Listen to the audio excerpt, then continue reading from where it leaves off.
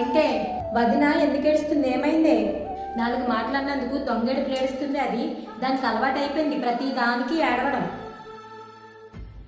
అవునే నవ్య, నీ కళ్ళలోంచి నీళ్ళు ఎందుకు వస్తున్నాయో మరి? అమ్మా, నా కంట్లోంచి ఒక్క చుక్క నీళ్ళు వస్తేనే నువ్వు ఇంత ఇబ్బంది పడుతున్నావు. ఒక్కసారి ఆలోచించు, వదినని ఇలాంటి పరిస్థితిలో వాళ్ళ అమ్మ చూస్తే ఎంత బాధపడుతుందో. అమ్మా, కూతురి కంట్లోంచి ఒక్క చుక్క నీళ్ళు వస్తేనే ఇంత ఇబ్బంది పడ్డావు. అదే మరి కోడలి కంట్లోంచి నీళ్ళు వస్తే దొంగేటి పని ఎలా అంటున్నావమ్మా?